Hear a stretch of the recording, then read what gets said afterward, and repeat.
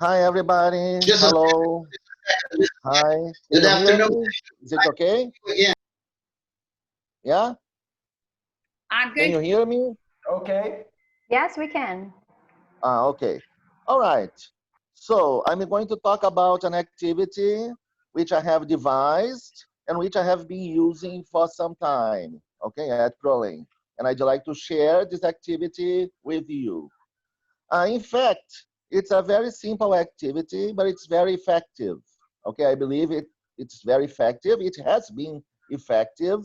Okay, so I implemented this activity with my advanced one students this semester. I mean, last semester.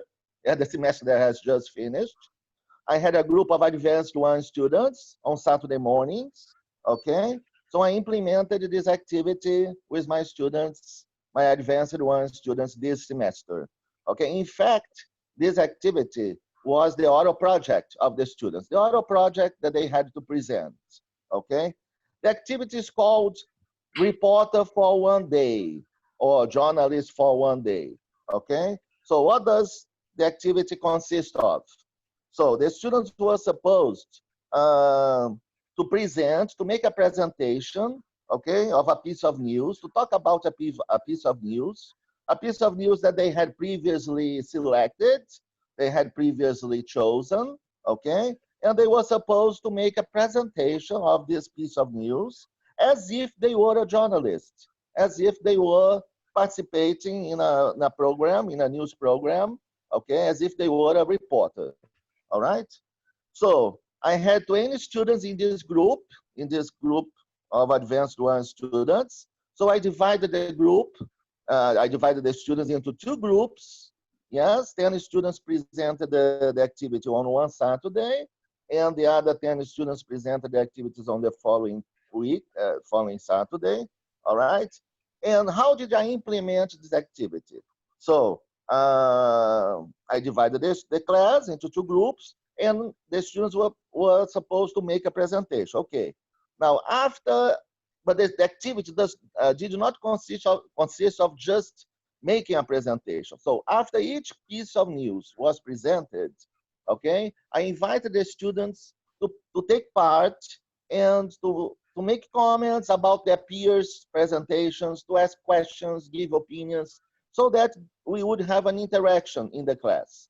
So I try to motivate the students as much as possible to take part in the activity, and as I said, to make comments, to give opinions, to ask questions, okay?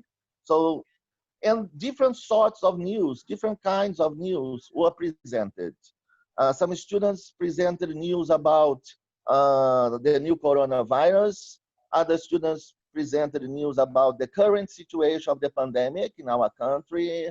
Some students talked about um, global warming, and other students presented news about the deforestation that's taking place in the Amazon forest, or news about the burning of the forests.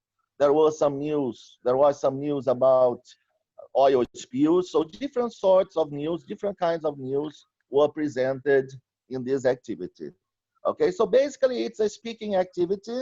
Okay, the idea was to give opportunities for the students to speak in English, to practice, to enhance their speaking skills, to improve their speaking skills, all right, and to participate effectively in the class. That's what that's my goal. That's what I always try to do. Okay, to ask for volunteers and to motivate the students to ask for their participation in the class. All right. And I was very proud of the output of my students' production. I was really very proud. I was lucky to have a group of excellent students, you see, and they participated effectively in the activity, effectively and successfully. I was very proud of the result.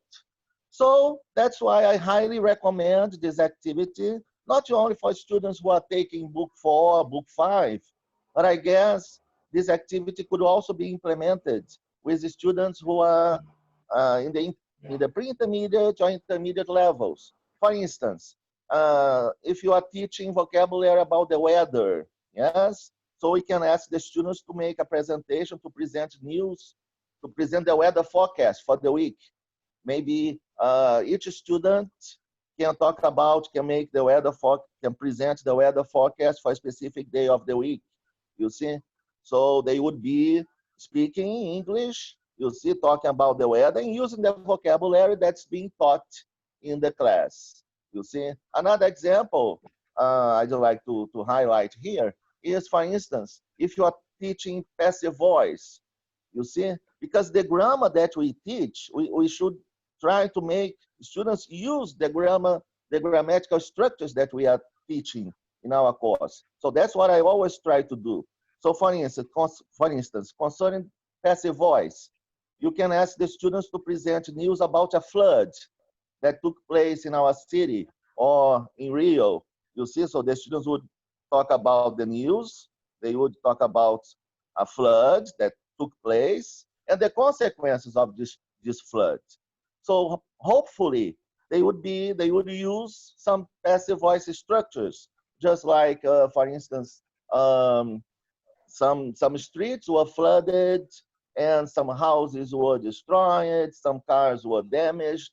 You see, so just an example.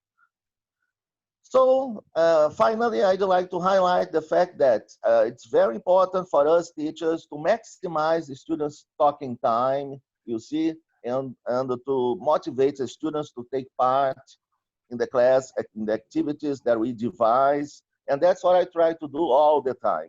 You see, ask my students to participate effectively, okay? And this is just a way, this activity, reporter for one day is a way that we can try to make students participate and speak English and also to promote an interaction in the class. Okay, so that's it. It's a speaking activity. It's a very simple activity, but I believe it's very effective. And that's what I wanted to share with you today. That's it. Thanks for your attention. Okay, and Thank I hope you you. can implement this activity.